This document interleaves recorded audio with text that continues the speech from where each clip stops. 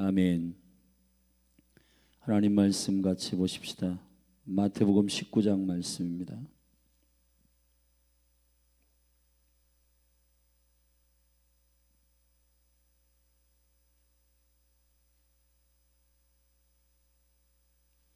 마태복음 19장, 저와 여러분이 한 절씩 교독하십시다. 예수께서 이 말씀을 마치시고 갈릴리에서 떠나 요단강 건너 유대 지경에 이르시니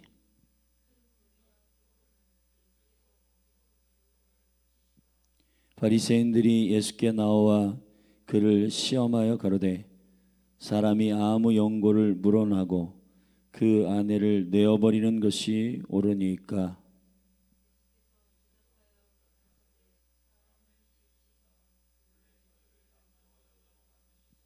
말씀하시기를 이러므로 사람이 그 부모를 떠나서 아내에게 합하여 그 둘이 한 몸이 될지니라 하신 것을 읽지 못하였느냐.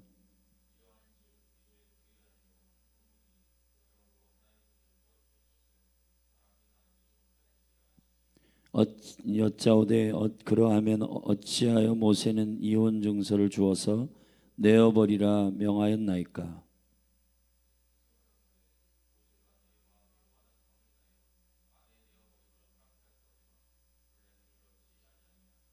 내가 너희에게 말하노니 누구든지 음행한 연고 외에 아내를 내어버리고 다른 데 장가드는 자는 간음함이니라.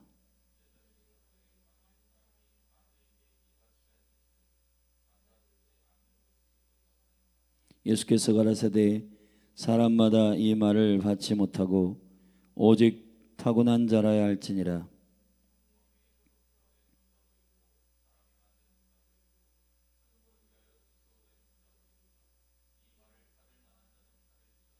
때에 사람들이 예수의 안수하고 기도하심을 바라고 어린아이들을 데리고 오매 제자들이 꾸짖거늘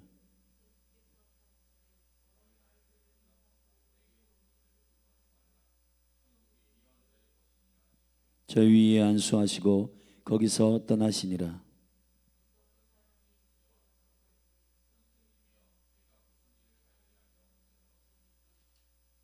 예수께서 가라사대 어찌하여 선한 일을 내게 묻느냐.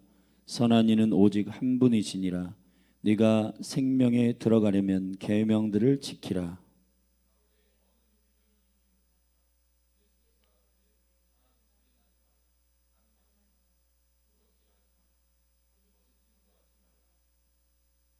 내 부모를 공경하라. 내 이웃을 내 몸과 같이 사랑하라 하신 것이니라.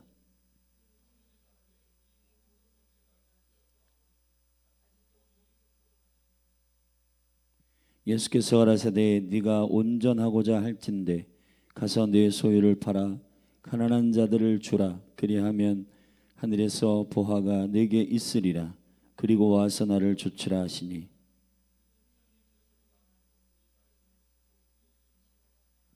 예수께서 제자들에게 이르시되 내가 진실로 너희에게 이르노니 부자는 천국에 들어가기가 어려우니라.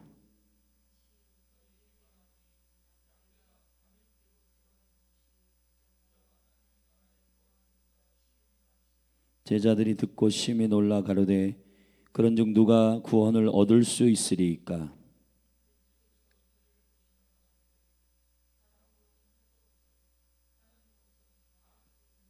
이에 베드로가 대답하여 가로되 보소서 우리가 모든 것을 버리고 주를 쫓아싸우니 그런즉 우리가 무엇을 얻으리이까?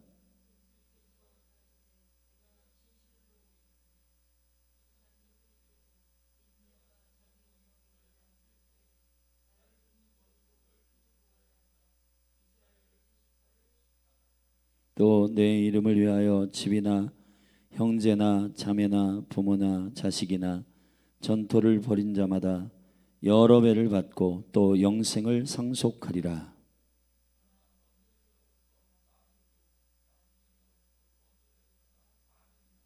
아멘.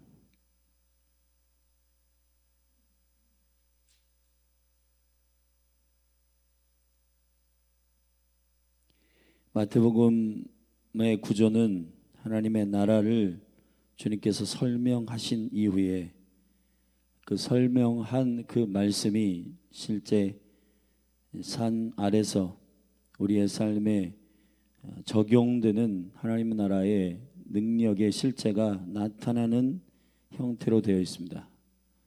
그래서 주님께서 공생애를 시작한 이후 하나님의 나라의 티칭이 5장부터 7장 그리고 13장의 하나님 나라의 비유 그리고 18장에서 하나님의 나라의 크고 작음에 대한 구체적인 티칭이 있은 후 그 티칭 이후에 펼쳐지는 실제 기적과 그리고 고치고 회복시키시는 주님의 사역을 기록한 형태로 마태복음은 진행하고 있습니다.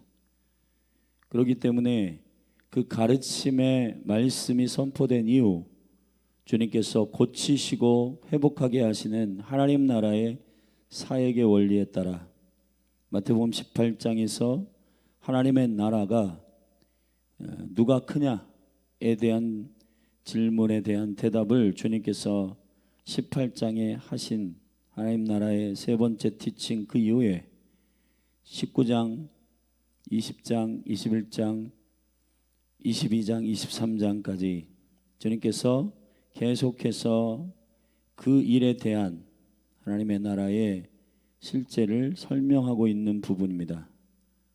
18장 티칭 이후에 19장 1절 2절에서 예수께서 이 말씀을 마치시고 갈릴리에서 떠나 요단강 건너 유대 지경에 이르시니 큰 무리가 줬거늘 예수께서 거기서 저희 병을 고치시더라. 하나님의 나라의 티칭 후에 이후에 주님이 고치시는 실제가 나타났고 그리고 나서 이제 3절부터 세 가지의 사건이 19장에 기록되어 있는데 바리새인들이 예수를 시험하려고 했던 남녀, 아내와 남편의 이혼에 대한 문제 그리고 13절부터 15절에 어린아이를 부모들이 예수님께 데리고 와 예수님께 안수하고 기도받기를 간절히 사모하고 데리고 온 아이들을 제자들이 꾸짖어서 보내려고 할 때 주께서 그들을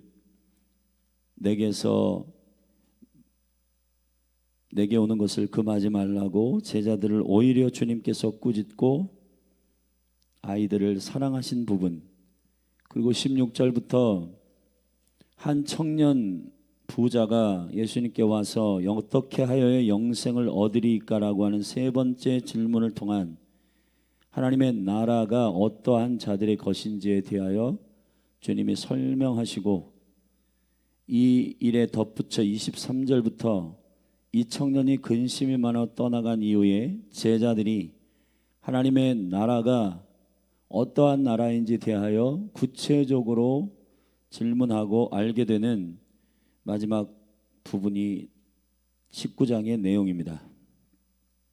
이 세 가지 내용을 우리가 자세히 살펴보면 공교롭게도 모든 세대에 주님께서 말씀하시고자 하시는 메시지입니다.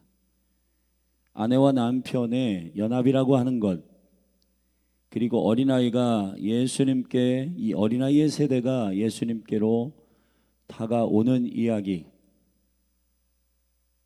주님의 기도와 주님의 터치를 갈망하는 부모의 갈망이 어린아이들을 주님께 중매하는 이야기 그리고 청년이 예수님을 만나기를 원하고 하나님의 나라를 취하기를 원하지만 정작 하나님의 나라를 영접하는 한 가지의 일을 순종하지 못하는 일로 인해서 이 연합이 깨지는 일들을 보게 됩니다.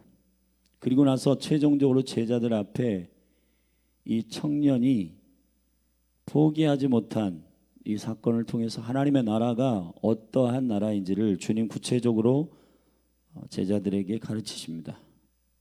자, 첫 번째 사건이 예수님이 18장의 티칭 이후에 갈릴리에서 떠나서 요단강 건너편의 유대 지역에서 큰 무리가 예수님을 쫓았고 저들의 병을 고치셨습니다. 그 다음에 이러한 사회적이고 또 큰 무리가 예수님을 쫓는 영향력이 생긴 것을 보고 바리새인들이 두려워했고, 이 바리새인들은 예수님의 허점을 찾아야 했습니다. 수많은 무리들이 생명이신 예수님께 나아오고, 그리고 예수님을 통해서 하나님의 나라를 경험하려고 하는 궁극적인 연합이 바리새인들에게는 마음이 어려운 겁니다. 사랑하시는 여러분, 하나님의 나라는 연합의 나라입니다. 궁극적으로 영생은 하나님과 하나 되는 것입니다. 근데 이 하나님과 하나 되는 것을 방해하는 세 가지 이유를 사실은 19장에서 밝히고 있는 겁니다. 첫 번째, 이 종교적인 영역의 바리새인들이 예수님을 시험하려 하여 사람이 어떠한 연고로 그 아내를 버리는 것이 옳으니까 했습니다. 이 바리새인들이 남자와 여자가 연합하는 이 결혼이라고 하는 언약의 약속의 일들을 통해 하나님은 왜 아내를 버리라고 했습니까?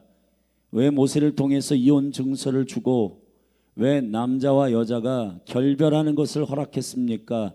라고 질문을 했습니다. 근데 그것은 음란의 이후에는 그 이혼 증서를 줄 이유가 없다라고 주님이 친절하게 설명하셨습니다. 그리고 제자들 안에 있었던 이 결혼에 대한 이렇게 설명합니다. 10절에 제자들이 가로되 만일 사람이 아내에게 이같이 할진대 장가들지 않는 것이 좋사옵나이다. 자, 이제 제자들 가운데 결혼 자체에 상처가 있고 결혼이 이렇다면 우리는 장가 안 들겠습니다. 예수님께서 그런 게 아니다. 요즘 시대로 보면 비혼주의자들, 청년들이 많이 생기는 것이 있습니다. 왜냐하면 아비와 어미의 세대의 결혼의 문화나 실제 가정 가운데서 엄마와 아빠가 그 결혼 생활에서 하는 일들에 대한 결혼이 이렇게 힘들다면 우리는 안 할게요 라고 말하는 것과 비슷한 질문입니다. 근데 예수님이 여기에 대해서 아니다. 결혼을 안 하는 이유는 세 가지 있다. 사람마다 이 말을 받지 못하고 오직 타고난 자라야 할지니라. 어미의 태로부터 된 고자도 있고 사람이 만든 고자도 있고 천국을 위하여 스스로 된 고자도 있도다. 이 말을 받을 만한 자는 받을지어다 그랬습니다. 결혼이라고 하는 것은 하나님과 우리 사이에 이 관계적 연합의 생명을 아는 매우 중요한 언약적 모델입니다. 교회가 있기 전 구약은 가정이 교회의 실제 모델이고 교회의 원형은 남자와 여자의 연합입니다. 이것은 하나님과 하나님의 백성들이 남편과 아내의 깊은 연합, 야다, 남자와 여자가 한 몸이 되어 온전히 연합하는 것에 대한 굉장히 큰 비밀이 교회의 비밀입니다. 여러분, 하나님의 나라에 대하여 이 연합을 깨트리는 많은 공격과 대적들이 있습니다. 지금 이 시대는 가정을 깨트리고자 하는 원수의 이 연합에 대한 끈끈한 계약, 연합, 언약에 대해서 원수들이 언약의 맥락이 아니라 계약의 맥락으로 결혼을 이해하는 풍습들이 이 시대에 일어나고 있습니다. 지금 주님은 의도적으로 아비의 세대와 어린아이의 세대와 청년의 세대의 큰 문제들에 대하여 하나님의 나라와 연합을 깨트리는 방해, 장애들에 대해서 얘기하고 있는 겁니다. 첫 번째, 이 아비와 어미의 세대의 결혼 문화라고 하는 이 언약의 깊은 의미를 종교적인 단계에서 바리새인들이 이해하는, 그래서 예수님을 시험하려고 했던 바로 이 바리새인의 고약한 의도가 예수님은 진리이시고 그런 것이 아니다. 아내를 버리기 위함이 아니라, 여기 이렇게 말했습니다. 8절에 모세가 그 이혼 증서를 내어주라고 명한 이유는 8절에서 모세가 너희 마음의 완악함을 인하여 아내 내어버림을 허락하였거니와 본래는 그렇지 아니하니라 그랬습니다. 완악함이라고 하는 말은 스콜레오 칼디아, 카르디아는 감정이 거하는 장소입니다. 스콜레오라고 하는 말은 굳은이란 말이에요. 뭔가 굳어있는 패러다임의 생각을 가지고 너희들이 하나님께 유연한 마음을 갖지 않고 행하는 것을 악한 마음이라 합니다. 악한 거예요. 그게 본인들이 가지고 있는 생각의 굳어짐이 하나님의 나라를 대적하는, 마치 바리새인들이 예수 그리스도를 시험하여 그를 넘어뜨리려고 하는 그들의 종교적인 굳어있는 마음들. 저와 여러분 안에도 하나님과의 깊은 언약의 매개인 가정, 남편과 아내의 그 깊은 연합을 통해서 주님의 나라를 실질적으로 경험하기를 원하시는, 남편과 아내의 깊은 연합이 예수 그리스도와 교회의 깊은 연합을 알게 하는 매우 중요한 영적인 학교이고, 그 관계를 통해서 깊은 관계의 생명을 배우게 되는데, 이 세상은 지금 이혼율도 올라가고 남편과 아내의 이러한 관계들이, 특별히 대표적으로 사회적으로 연예인들이나 많은 사람들이 결혼했다 헤어지고 결혼했다 헤어지는 이 수많은 일들이 음란을 전제로 한 이유가 아니라 성격이 안 맞는다든지 기질이 안 맞는다든지 다양한 이유 때문에 이혼을 하는 일들이 많이 일어나고 있습니다. 사랑하신 여러분, 하나님은 우리의 삶 가운데 하늘의 뜻이 땅에서 이루어지도록, 바꿔서 얘기하면은 이 땅에서 우리에게 하나님과의 관계 안에서의 그 원형을 가르치고자 하시는 주님의 허락하신 관계들이 있습니다. 부부관계, 부모와 자녀의 관계, 이웃과의 관계, 이런 관계들이 하나님이 우리에게 보여주시는 그 생명의 관계들을 훈련하는 관계들이에요. 교회도 마찬가지입니다. 그런데 대부분의 많은 영혼들이 이 관계들을 자신들의 능력의 한계치 안에서 깨닫고 나 못해 먹겠어 하고 그 언약과 관계를 깨요. 그리고 도망갑니다. 그렇게 하시면 안 됩니다. 그 관계를 깰 수 있는 유일한 이유는 한 가지뿐이에요. 그게 뭐냐? 음란입니다. 음란이에요. 남녀도 그렇고 이웃과의 관계도 그렇고, 하나님의 진리가 개입하지 않고 다른 것을 섬기고 우상 숭배하고 하면 그 관계는 깨어집니다. 그 언약은 깨어져요. 그러나 그 외에 모든 것들은 우리가 그리스도 안에서 용납하고 사랑하는 일들이 되어야 합니다. 사랑하신 여러분, 이 세대의 원수가 분리하는 영이고 거짓의 아비이고 사단 마귀가 궁극적으로 하나의 목적을 갖고 있어. 그건 뭐냐? 분리시키는 것입니다. 근데 그 분리시키는 현장 중에 가장 심각한 이 시대의 관계가 뭐냐면 가정의 부부관계예요. 이 부부관계 안에서 지금 수많은 실질적인 결별이 일어나고 있고, 그 결별을 통해서 자녀들이 씨름하고 있고 가정이 깨어지고 있습니다. 그러니까 이 언약의 깊은 실제의 모델들, 부모와 아내가 기질과 성격이 다르더라도 자신이 원하는 상대가 그렇게 해주지 않아서 본인의 의지나 나 이제 더 이상 못해 먹겠어, 상대가 내가 원하는 대로 안 해줘, 그래서 미숙하게 그 관계를 깨는 어리석음으로부터 하나님께서는 그 관계들을 상대가 내가 원하는 상태로 안 해줘, 그래서 나는 관계를 깰 거야, 그렇게 하신 적이 없습니다. 본인이 죽고 본인이 양보하고 본인이 상대를 위해서 희생하는 방식으로 언약은 이루어지고 있습니다. 그런데 그런 언약의 관계들 가운데서 시대가 발전하면 발전할수록 이 인내와 사랑의 깊이가 깨어지고 있고, 인스턴트 사랑들이 많아지고 있고, 그리고 본능적으로 정욕과 성적인 그런 관계, 그리고 그런 엔조이, 이거는 언약이 아닙니다. 계약의 관계로서의 이런 관계들로 얇게 이해하고 있습니다. 여러분, 주님은 하나님의 나라가 가지고 있는 연합의 생명에 대하여서 보존하기를 원하십니다. 아비와 어미 세대 가운데 우리가 이 시대에 정말 성령 안에서 그 영적인 심각한 관계에 관역을 잘 맞춰서 긍휼함으로 중보해야 됩니다.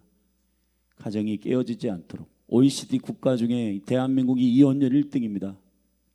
자살률 1등, 이혼율 1등. 이 불명예스러운 이러한 현상들이 이 대한민국에 왜 일어나는가? 하나님께서 이 가정을 세우신 궁극적인 원형, 왜 남자와 여자를 창조하시고 연합하게 하셨는가?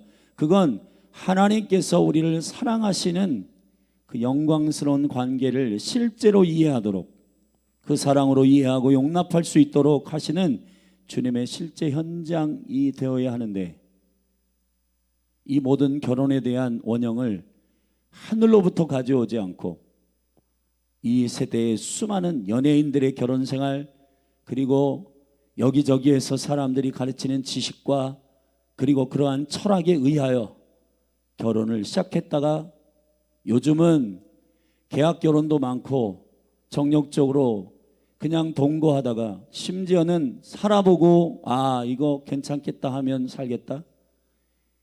많은 사람들이 이 일에 동의한다고 해가지고 술렁술렁, 특별히 교회 안의 청년들까지도 그러한 결혼을 꿈꾸고 그러한 결혼을 사모하게 되었습니다. 그러나 성경이 말하는 결혼의 매우 중요한 키는 계약 관계의 그 수준이 아니에요. 언약 관계의 수준이어야 한다. 그리스도가 교회를 사랑하듯, 교회가 그리스도에게 복종하듯 그 영광스러운 생명의 언약의 관계를 이해해야 하는데, 지금은 굉장히 얇은 계약의 관계로 결혼을 이해하기 때문에 쉽게 결혼의 관계들이 깨지고 있습니다. 여러분, 우리 깊이 그리스도 안에서 기도하셔야 됩니다. 두 번째, 19장의 13절부터 15절에 부모가 자녀가 하나님께로부터의 블레싱을 받기 위하여, 예수님께 블레싱 받기 위하여 데리고 갑니다.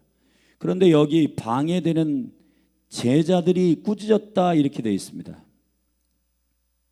제자들이 어린아이들에게 호통을 치고, 그 세대에 대한 제자들의 패러다임이 있는 거예요. 그 패러다임이 뭐냐?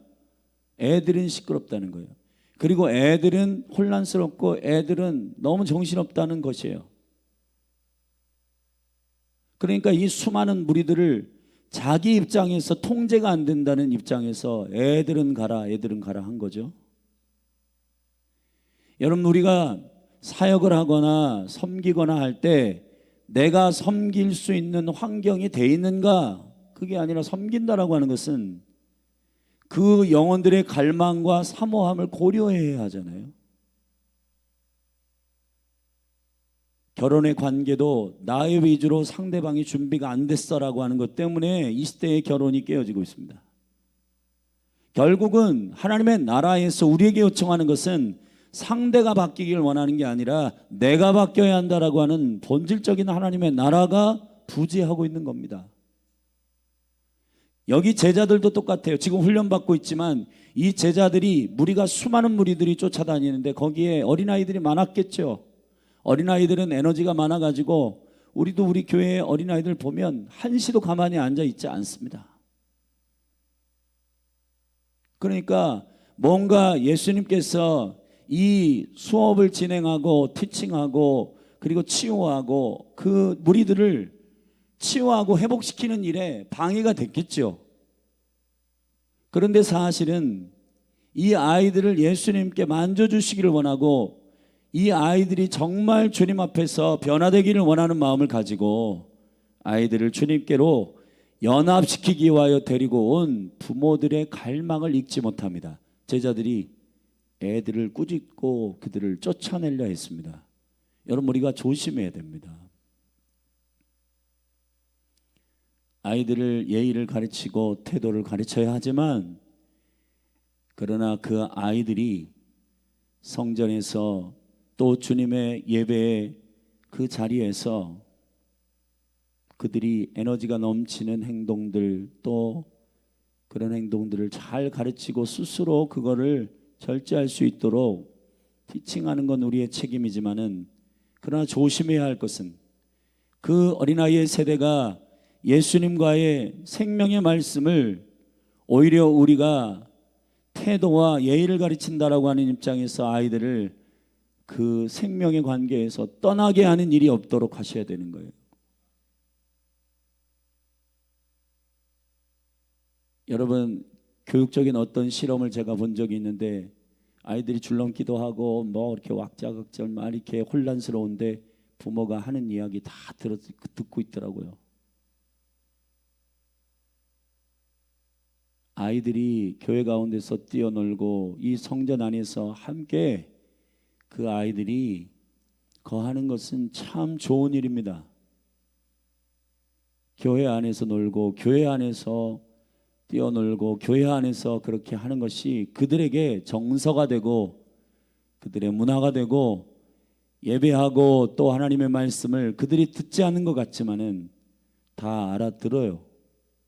그렇기 때문에 그 아이들을 격려하고 태도와 예의를 균형 있게 잘 가르칠 때 그 아이들을 꾸짖거나 경계하거나, 어린애 세대가 무엇을 진행한다는 이유로 그 아이들을 경계하여 꾸짖어서 그들의 마음과 생각을 굳어지지 않도록 하는 것이 매우 중요합니다.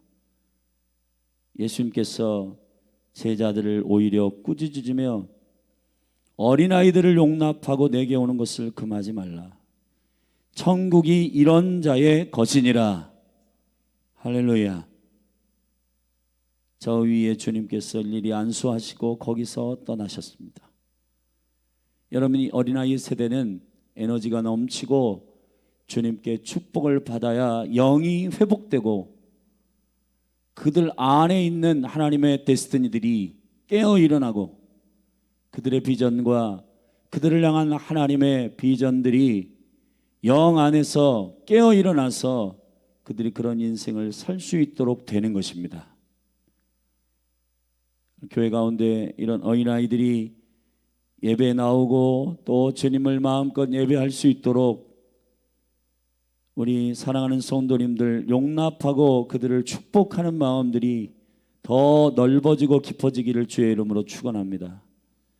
세 번째로, 청년의 세대를 향한 연합을 깨는 이유에 대한 얘기를 하고 있는데, 지금 이 나라가 제가 보더라도 참 안타깝고, 고등학교 가고 중학교, 대학교 가고 졸업하고 대학 가는 게 과거에는 가장 큰 청년들에게 있어서 큰 수능이 힘든 과정이었어요. 근데 지금은 수능이나 이런 것들이 오히려 대학이 웰컴하기 때문에 쉬워졌어요. 근데 들어가기 어려운 직장 때문에 이 청년들의 노이로제는 뭐냐면, 제가 물어봤어요. 청년들한테 너희 소원이 뭐냐? 돈 걱정 없이 사는 거래요. 그러니까 결국 청년들의 문제는 재정적인 문제에 귀결되어 있고, 이 재정적인 문제에 귀결되어 있는 이 일이 청년들의 스트레스예요. 직장 문제나 재정, 그리고 평생의 그 소유의 문제 때문에 이 청년들이 자신들의 인생의 본질을 실상은 잃어버리고 살아가고 있는 겁니다. 그래서 청년들이 TV를 보고 그 대기업의 그 드라마에 나오는 대기업의 실장들, 그 회장 아들들, 그 문제 없이 살아가는 그 사람들, 그리고 여행 다니는 그런 일들을 사모하고, 나도 인생 저렇게 살고 싶다, 그런 갈망들만 계속 불어나고 있는 겁니다. 근데 여러분, 여기에 한 청년이 등장합니다. 다른 성경에는 관원이라고도 했고, 유대인 관원이었던 청년은 부자라고 설명되고 있습니다. 이 부자인 청년이 사실 갈망은 되게 중요한 갈망을 갖고 있어요. 어떻게 하여야 영생을 얻습니까? 라고 정확하게 질문을 했습니다. 근데 이 질문을 자세히 뜯어보면 영생에 대한 갈망이 있는 것 같지만은 실상은 그 질문 자체가 상당히 잘못되었습니다. 무엇을 하여야 영생을 얻습니까? 무엇을 해서 영생을 얻는 건 아니에요. 그래서 예수님께서 그래? 네가 행동이 먼저라고 얘기한다면 그러면 내가 너한테 오히려 질문할게. 너는 그러면 선한 일을 다 행했니? 예수님께서 17절에 어찌하여 선한 일을 내게 묻느냐? 선한 이는 오직 한 분이시니 네가 생명이 들어가려면 계명들을 지켜라. 너가 무엇을 해야 영생에 들어간다고 하니까 그럼 계명 다 지켰어? 자신 있게 이 사람이 얘기합니다.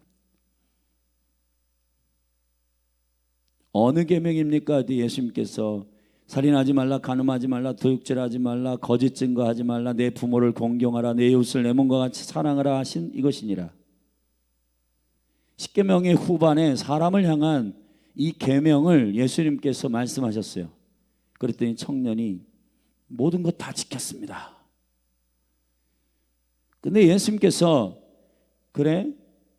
그러면 아직도 무엇이 부족합니까? 그랬더니 네가 정말 온전하기를 원하고 너가 정말 그렇게 완전하기를 원하면 한 가지를 내가 너에게 부과한다. 가서 내 소유를 팔아 가난한 자들에게 주라. 그리고 하늘에서 보화가 내게 있으리라. 그리고 와서 나를 쫓아라. 진정한 행동이라고 하는 것은 행동해서 천국에 들어가는 게 아니라 행동할 수 있는 생명을 영접해서 그 행동을 자연스럽게 하는 거예요. 신앙이라고 하는 것은 행동해서 천국에 들어가는 게 아닙니다. 기독교는 종교가 아니기 때문입니다. 기독교는 행동해서 천국의 커트라인을 통과하는 종교가 아니에요. 기독교는 그 행동할 수 있는 생명이신 예수 그리스도를 믿는 겁니다. 왜 그 행동을 해야 되는지, 왜 그 행동을 내가 기꺼이 해야 되는지에 대한 그 행동을 나에게 자원하여 할 수 있는 생명이신 예수 그리스도를 영접하는 것으로 영생이 임하는 거예요. 그래서 무슨 행동을 해서 천국에 들어가는 게 아니라 예수님이 임하시면 선한 행동 계명을 지키게 되는 것입니다. 근데 이 청년은 거꾸로 하고 있는 거예요. 율법적으로 계명은 다 지켰지만은 그러나 그 안에 영생이 없는 겁니다. 그걸 어떻게 할 수 있냐? 그의 주인이 주님이 아니셨거든요. 주님이 그의 주인이 누구인지를 정확히 캐치하시고 너가 표면적으로 나에게 와서 너 영생이 있다, 너 천국에 들어갈 수 있다, 이런 안정감 있는 확증적인 대답을 듣고 싶었지만은 그가 실질적으로 예수를 영접하지 않았기 때문에 돈이 그의 주인이라는 사실을 주님이 아셨어요. 그래서 너 소유를 다 팔아라. 그리고 와서 나를 쫓아라. 주인을 바꿔라. 쉽게 얘기하면은, 한마디로 얘기하면 주인을 바꿔라 이 말이에요. 근데 이 청년이 주인을 바꾸지 못합니다. 계명은 다 지켰어요. 천국은 가고 싶으니까. 그러나 이 청년이 기대하는 생명이 없이 행동하는 종교적인 율법의 행위로 천국에 들어갈 수는 없습니다. 예수님이 그를 돕기를 원하셨어요. 너의 문제는 계명을 지키지 않는 것에 있는 것이 아니고 그 계명을 행동하도록 하는 그 안에 주인이 잘못됐다 이 말이에요. 돈이 너의 주인이다 이 말이에요. 지금 청년의 세대 가운데 활개를 치고 있는 만몬의 문화들이 이 청년의 문화 가운데서 주님과 연합하는 생명을 가로막는 이 만몬의 시스템이 이 청년의 세대 가운데 스트레스를 받게 하거나 가난한 자들에게는 돈 문제 때문에 상처를 받게 하고 부유한 자들에게는 문제 없음에 대해서 그냥 여행 가고 행복하게 맛있는 거 먹고 그것이 본인들의 천국인 양 인생을 살아가고 있습니다. 그러나 실상 그 청년의 세대 가운데 가장 중요한 건 생명이신 예수 그리스도를 주인으로 영접하는 거예요. 영접하기 위해서는 어떻게 되냐? 버려야 됩니다. 버려야 얻습니다. 아멘. 주인을 바꾸기 위해서는 주인을 버려야 돼요. 잘못된 자리를 차지하고 있는 예수가 왕이신데 그 왕의 자리에 예수가 주인이신데 그 주인의 자리에 올라와 있는 그 거짓된 주인을 버려야 주인이 예수가 되시는데 그게 안 되는 겁니다. 그래서 부자가 하나님 나라 들어가기가 어렵다는 거예요. 그러나 하나님으로는 하실 수 있다고 주님 선언하시고 제자들이 이 사건 청년이 주인을 바꾸지 못하고 근심하여 예수님을 떠나는 이 일을 보고 주님, 우리는 베드로가 여기 질문하죠. 26절에서 저희를 보시며 가라사대 사람으로는 할 수 없으나 하나님으로는 다 할 수 있다. 이에 베드로가 27절에서 대답하여 가로되 보소서 우리가 모든 것을 버리고 주를 쫓아싸우니 그런즉 우리가 무엇을 얻으리이까? 우리는 모든 걸 버리고 주님을 쫓았습니다. 아직 미숙하지만은 우리 행동이 아직 완벽하진 않지만 그러나 주님 우리는 주인을 예수님께로 정하고 따라가고 있습니다. 어떻게 되겠습니까? 여기 이렇게 됩니다. 28절에 내가 진실로 너에게 이르노니 세상이 새롭게 되어 인자가 자기 영광의 보좌에 앉을 때에 나를 좇는 너희도 12 보좌에 앉아 이스라엘 12지파를 심판하리라. 또 내 이름을 위하여 집이나 형제나 자매나 부모나 자식이나 전토를 벌인 자마다 여러 배를 받고 또 영생을 상속하리라. 그러나 먼저 된 자로서 나중되고 나중된 자로서 먼저 될 자가 많으니라. 할렐루야. 사랑하신 여러분, 하나님의 나라는 버려야 얻는 나라입니다. 반드시 영광스러운 보상이 있을 겁니다. 이 세 세대를 향한 연합을 깨트리는 세 가지 장애물에 대해서 주님은 마태는 의도적으로 19장에 선포하고 있습니다. 말씀을 마무리합니다.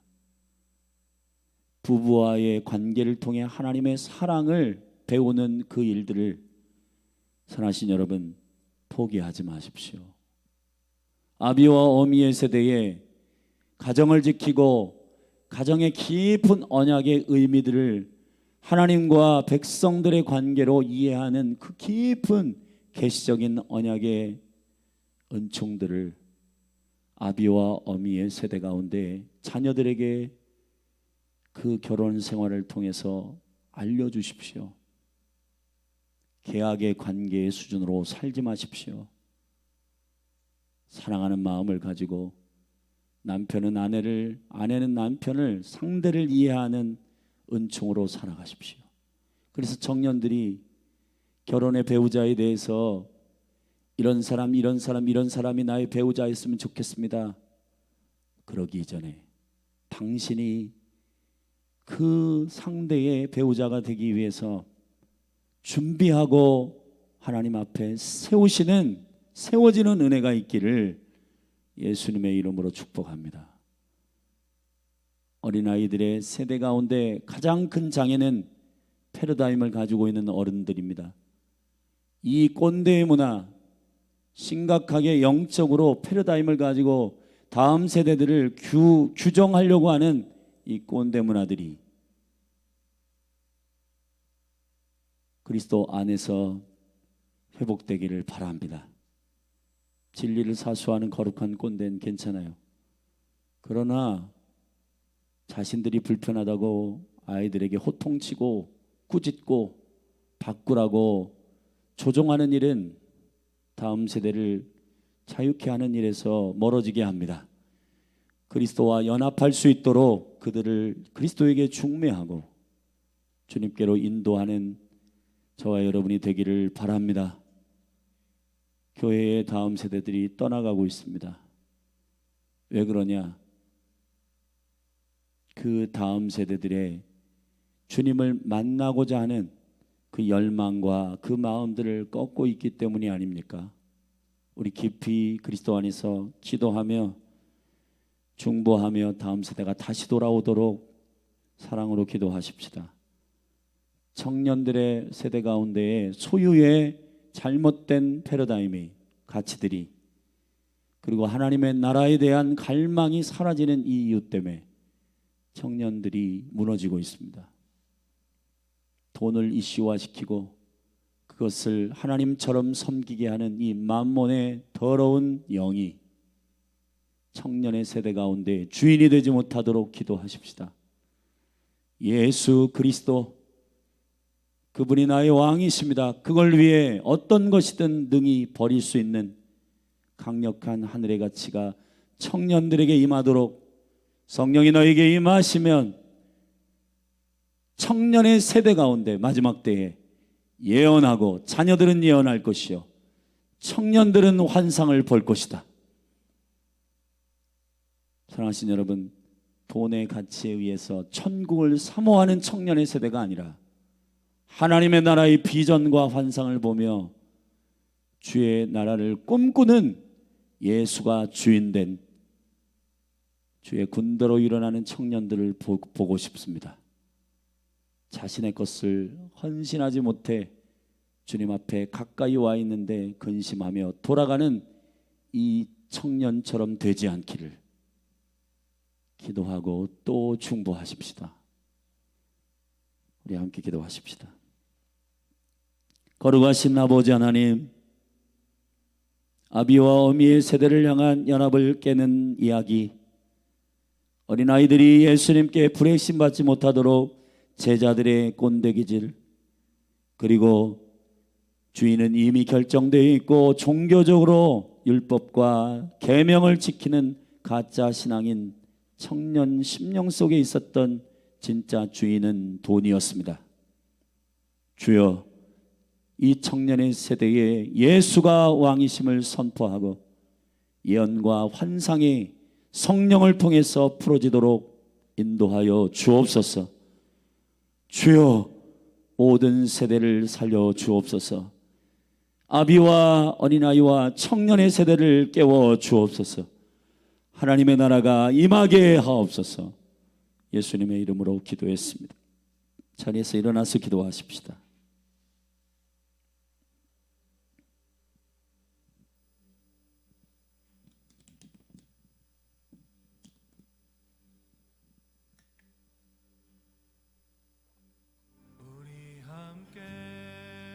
우리 함께 이 시간에 모든 세대에 하나님의 나라가 임하도록 구체적으로 말씀을 붙들고 기도하십시다. 결혼의 문화에 손상이 되지 않도록, 결혼의 언약의 생명의 문화가, 하늘의 컬처가 이 땅 가정 가운데 임하게 하여 주시옵소서. 어린아이를 축복받게 하는 부모의 갈망이 불리듯 일어나게 하시고, 교회 가운데 꼰대 문화들이 떠나가게 하여 주시고, 어린아이들이 주님께 연합하는 생명의 길들을 가로막는 모든 거짓된 패러다임들이 떠나가게 하여 주시고, 청년들의 주인이 누구인지에 대한 정확한 생명의 복음이 선포되도록 이 시간 우리 주의 이름 한번 부르고 합심하여 통성으로 기도하며 나아가십시다.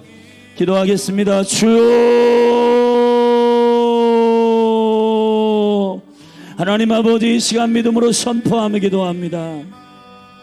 할렐루야. 하나님 아버지, 이 시간 아비와 어미의 세대 가운데 결혼을 통한 성숙한 하나님의 약속이 선포되는 이 연합의 언약의 역사들이 하나님이 아비와 어미의 세대 가운데 권능과 능력을 통해 자녀들에게 흘러가게 하소서.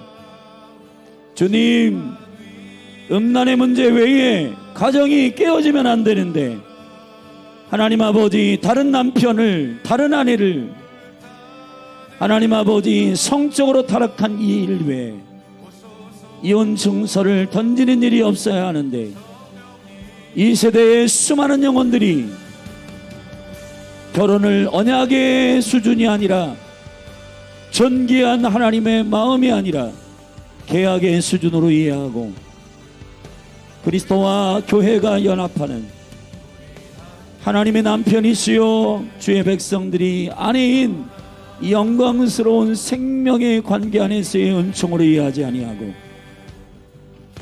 주님 계약관계로 이해하고 쉽게 깨트리고 수많은 영혼들이 자신이 준비되기를 원하기보다는 나의 인생을 한번 업그레이드 시켜줄 어떠한 상대를 찾고 있는 이러한 말도 안 되는 결혼 문화들이 이 세대에 일어나고 있습니다.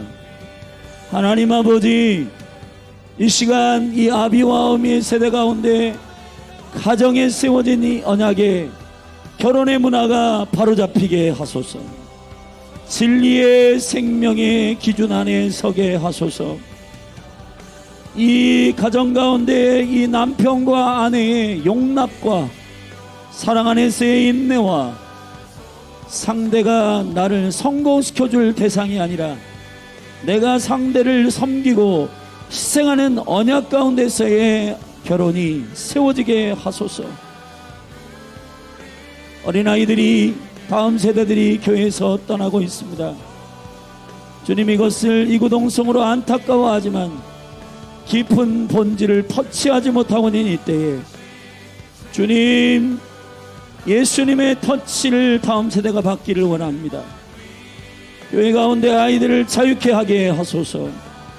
예배하고 춤추고 저들 안에 숨겨놓으신 하나님의 거룩한 부르심과 데스티니들이 성령 안에서 깨어 일어나도록 예수님 저들을 안수하소서. 예수님 저들을 축복하소서. 주님 저들을 터치하시고 성령으로 기름 부어 주사 아들이 영광스러운 영의 차원의 생명의 축복이 그립고 사모하고 열망함으로 교회에 하나님 아버지 거룩한 군대로 모이게 하소서. 다니엘의 세대로 일어나게 하소서. 구별된 나시린의 세대로 일어나게 하소서. 세상에 섞이는 쾌락이 아니라 예수 그리스도 안에 그 보좌 위에 부어지는 희락의 영광을 사모하는 세대가 일어나게 하소서. 할렐루야. 하나님 아버지, 어린아이들이 교회에서 예배하고 춤추며 주님을 각종의 악기로 주님을 예배하고 경배하고 하나님의 말씀을 깊이 있게 나누고 하나님의 말씀을 사모하고 그 생명의 영광의 비전을 알기를 원하는 다음 세대가 구별되어 일어나게 하소서. 아버지, 청년의 세대를 축복합니다. 이 청년의 세대들 가운데 하나님 아버지, 아버지의 생명의 역사들이 복음의 본질을 이해할 수 있도록 완전한 복음의 능력, 예수가 왕이심을 알게 하소서. 저들의 왕은 돈이 아닙니다. 저들의 왕은 쾌락이 아닙니다. 저들의 왕은 만몬이 아님을 선포합니다. 하나님 아버지, 청년들의 심령들마다 예수가 왕이심을, 온전한 복음의 영광을 저들이 깨달아 알게 하여 주사. 주여, 주님 축복하여 주십시오. 저들을 일으켜 주십시오. 저들을 새롭게 하여 주십시오. 저 청년들을 하나님께로 돌이켜 주십시오. 예수가 주이시며 예수가 왕이심을 고백함으로 저들의 주의를 바꾸는 영적인 개혁이 일어나게 하소서. 자신들이 주인으로 삼는 모든 것들을 버리고 주님을 쫓게 하소서. 그러면 금생과 내생의 영생을 얻지 못할 자가 없고 예수 그리스도가 보좌에 앉으실 때에 12지파를 다스리는 강력한 왕 노릇하는 통치가 저들에게도 부여될 것인데, 하나님 아버지, 영광스러운 복이한 자의 어둠이, 생명의 상속이 저들에게 부어질 것을 사모하고 앞에 있는 것을 위하여 고난을 참고 인내하며 믿음으로 돌파하는 강력한 청년의 세대가 일어나게 하소서. 할렐루야. 하나님 아버지 몸된 교회, 또 한국교회 가운데 이 청년의 다윗의 세대가 일어나게 하여 주시고, 성령 하나님 기름 부어주사 하나님의 나라가 부어지게 하여 주시고,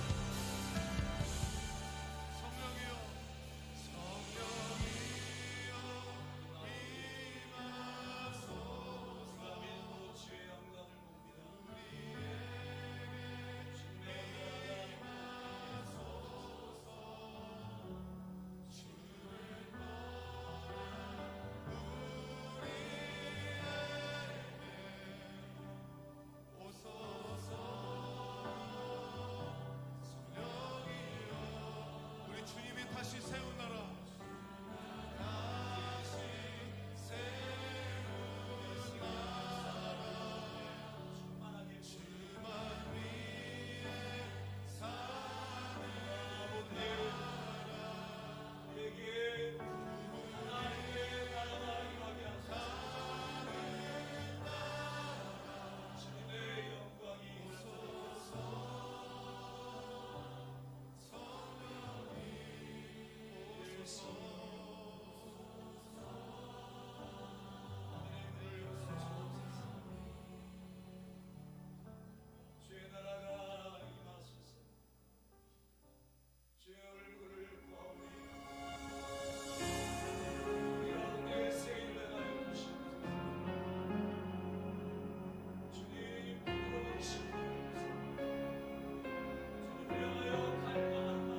깊은 절망에 수렁 가운데 주님께 닿을 수 없던 우리, 어두운 밤 중에 하늘을 향해 주의 이름 나 부를 때,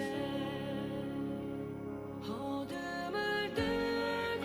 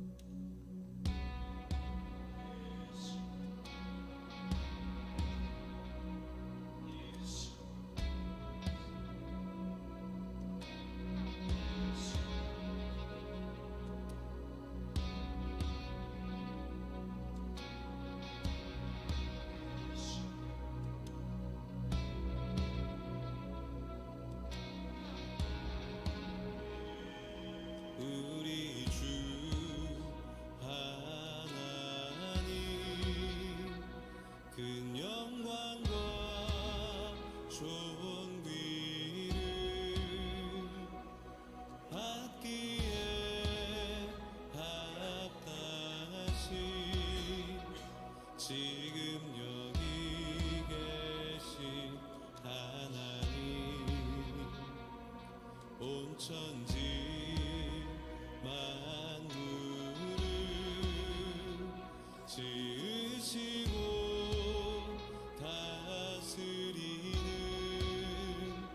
큰 권능과 능력으로 주의 말씀 이루시리.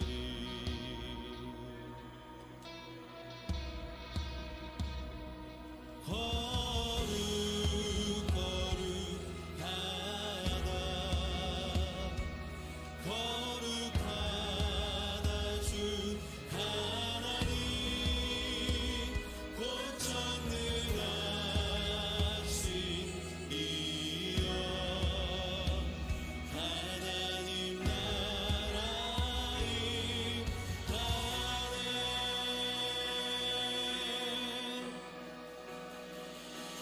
주의